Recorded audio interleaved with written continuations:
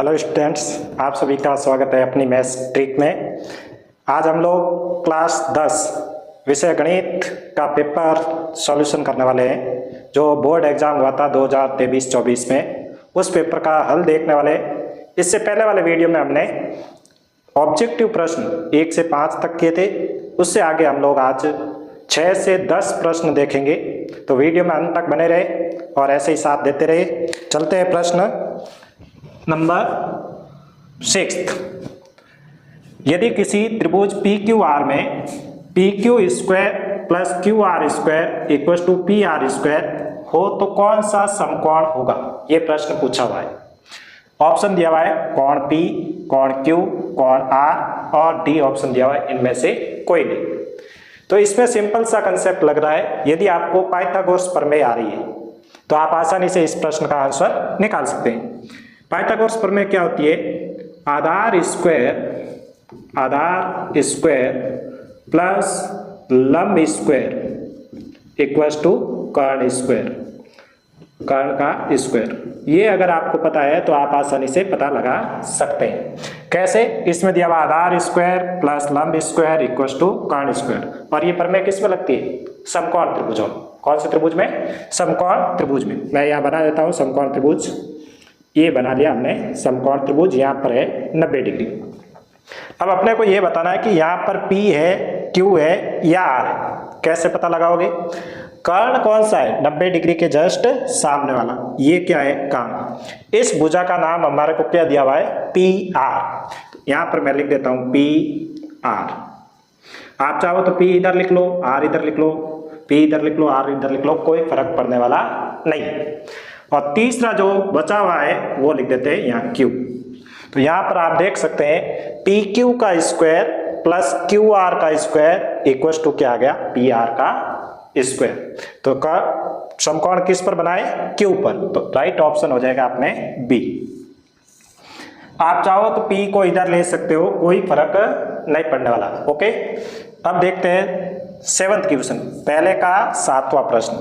बिंदु 0,3 की x अक्ष से दूरी होगी। आपको x अक्ष से इस बिंदु की दूरी बतानी। ये कौन से चैप्टर का प्रश्न है? निर्देशांक ज्यामिति का। बहुत अच्छा प्रश्न है।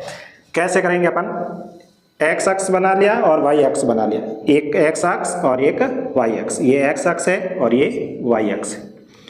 इस पर आपको बिंदु 0,3, बाद में मैं इसकी शॉर्ट ट्रिक भी बता दूंगा, क्योंकि अपने चैनल का नाम क्या है? अपनी मैथ्स ट्रिक है। तो अपने साथ साथ प्रश्नों को कैसे अपन कम समय में सॉल्व कर सकते हैं, ऑब्जेक्टिव प्रश्न पूछे जाते हैं बोर्ड में, तो वो भी बताते रहेंगे। फिलहाल अपन समझते हैं इसका आंसर कैसे आया है। 0,3 कौन से अक्ष पर होगा ये आपको पता होना चाहिए। x निर्देशांक 0 है और y निर्देशांक 3 है। तो x निर्देशांक 0 किस अक्ष पर होगा? y अक्ष पर होगा। किस अक्ष पर होगा? y। तो यहां पर अपन ले लेते हैं y अक्ष पर कोई बिंदु है 0,3। x निर्देशांक 0 है y अक्ष पर और y निर्देशांक क्या है? 3 है।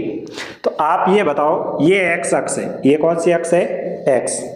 इससे ये दूरी कितनी है ये पूछ रहा आपको। x अक्ष से इस बिंदु की दूरी कितनी है? तो ये दूरी कौन सी होगी? y निर्देशांक होगी या x निर्देशांक? ये होगी y निर्देशांक। y पर आप कितना चले? 3। तो ये दूरी कितनी हुई? 3 इकाई। 3 इकाई। तो ये आंसर होगा इसका। x अक्ष से दूरी पूछे, अब शॉर्ट ट्रिक सुन लेना। x अक्ष से जब भी दूरी पूछे तो y निर्देशांक आंसर होगा, और y अक्ष से दूरी पूछे तो x निर्देशांक उसका क्या होगा? आंसर होगा। समझ में आई बात मेरी? x अक्ष से दूरी y निर्देशांक, y अक्ष से दूरी x निर्देशांक। तो ट्रिक आप याद भी रख सकते हैं, लिख भी सकते हैं। यहाँ लिख देता हूँ x अक्ष से दूरी, x अक्ष से दूरी y निर्देशांक। कौन सा निर्देशांक? y निर्देशांक। y अक्ष से दूरी पूछे तो y अक्ष से दूरी x निर्देशांक। ये आपको याद रखना है। तो अपनी मैथ्स ट्रिक क्या हो गई? अपनी मैथ्स ट्रिक। सेकंड प्रश्न के लिए अपनी मैथ्स ट्रिक हो गई। x अक्ष से दूरी जब भी पूछेंगे y निर्देशांक लिखना है, y अक्ष से दूरी पूछे तो x निर्देशांक लिखना है। आपको प्रश्न अच्छे से समझ में आ रहा है तो वीडियो को लाइक जरूर करें, दोस्तों के साथ शेयर करें और चैनल को सब्सक्राइब करना ना भूलें। एट प्रश्न देखते हैं पहले का। 2 sin 45 cos 45, 2 sin 45 cos 45 का मान है। ये आपके त्रिकोणमिति का प्रश्न पूछा गया, आसान सा प्रश्न है। इसको कैसे करोगे आप? आपको सारणी पता होनी चाहिए, sin 45 का मान पता होना चाहिए और cos 45। अगर नहीं याद है तो मैं आपको याद करवा दूंगा। आज से याद रखो, sin 45 का मान 1/√2 और cos 45 का मान भी 1/√2। तो आपके पास दिया 2 sin 45 cos 45। तो sin 45 का मान कितना है? 1/√2 और cos 45 भी 1/√2। जो नंबर है वो हमेशा ऊपर वाली संख्या से क्या होता है? गुणा। तो 1 × 1 से गुणा हुआ तो आ गया 2, और √2 से ये 9th क्लास में आपने खूब पढ़ा है। अंडर से अंडर कट जाएगा और 2 आएगा। √2 से गुणा होगा तो कितना आएगा? 2। यहाँ पर आपकी ट्रिक ये बन गई कि अंडर के अंदर सेम नंबर के अंडर को अगर गुणा करें तो वो अंडर के बाहर आ जाती है संख्या। ये आपको याद रखना है। √3 × √3 कितना हो जाएगा? 3। और आप लोग कमेंट करके ये भी बताइए कि √5 × √5 कितना होगा। ये आपको कमेंट बॉक्स में जरूर मेंशन करना है। तो इसका आंसर आ गया 2/2। कितना हो गया? 1। सेम नंबर को सेम नंबर से डिवाइड करेंगे तो कितना आएगा? 1 आएगा। तो इसका राइट आंसर कौन सा हो गया? डी। और इसका राइट आंसर कौन सा हुआ था? 3। तो आगे अपन देखते हैं प्रश्न नंबर 9 और 10। ऑब्जेक्टिव पहले प्रश्न का 9वां और 10वां प्रश्न।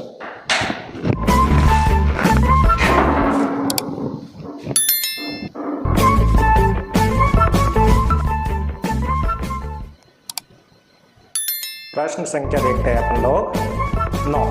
पहले का 9वां प्रश्न है, यदि किसी वृक्ष की छाया उसकी ऊंचाई की 1/√3 गुना हो तो सूर्य का उन्नयन कौन? ये प्रश्न पूछा गया 9। बहुत आसान प्रश्न था। आपको पूछा क्या है? वृक्ष की छाया। यहाँ लिख देता हूं मैं कैसे सॉल्व कर सकते हैं अपन। वृक्ष की छाया, वृक्ष की छाया और उसकी ऊंचाई का 1/√3 गुना है। ये लिख दिया आपने ऊंचाई, इसका 1/√3 गुना है वो वृक्ष की छाया है। तो आप ये बता सकते हैं क्या कि वृक्ष की छाया और ऊंचाई का अनुपात कितना है? बिल्कुल बता सकते हैं। ऊंचाई इधर इंटू में, इधर आएगा तो डिवाइड में। तो वृक्ष की छाया बटा ऊंचाई, इधर गुणा से इधर आया तो डिवाइड में, कितना आ गया? 1/√3। अब आप आसानी से सॉल्व कर सकते हैं। कैसे? देखो, ये बना दिया मैंने वृक्ष, ये बना दी इसकी छाया और बना दिया एक समकोण त्रिभुज। ये 90 डिग्री है। वृक्ष की छाया ये है और ऊंचाई ये है। ओके। अब वृक्ष की छाया और ऊंचाई, वृक्ष की छाया तो कितनी है? 1 और ऊंचाई कितनी है? √3। वृक्ष की छाया और ऊंचाई में अनुपात कितना है? 1/√3। तो छाया तो हो गई 1, ऊपर वाली ऊपर के, ऊंचाई √3।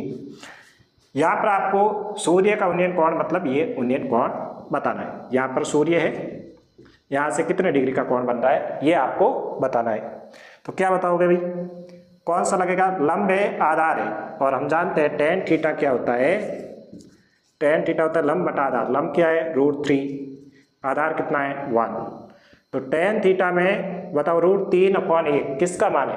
ये आपको पता होना चाहिए। किसका है? 60 डिग्री। तो थीटा इक्वल्स टू कितना आ जाएगा? 60 डिग्री। इसका राइट आंसर हो जाएगा आपके बी। बहुत आसान सा क्वेश्चन था। सीधे सीधे आप प्रश्न की लैंग्वेज अच्छे से समझनी है, भाषा। किसी वृत्त के व्यास के सिरों पर खींची गई स्पर्शरेखाएं परस्पर होती हैं। ये प्रश्न वृत्त वाले चैप्टर 10वें चैप्टर से पूछा गया। बहुत आसान प्रश्न था।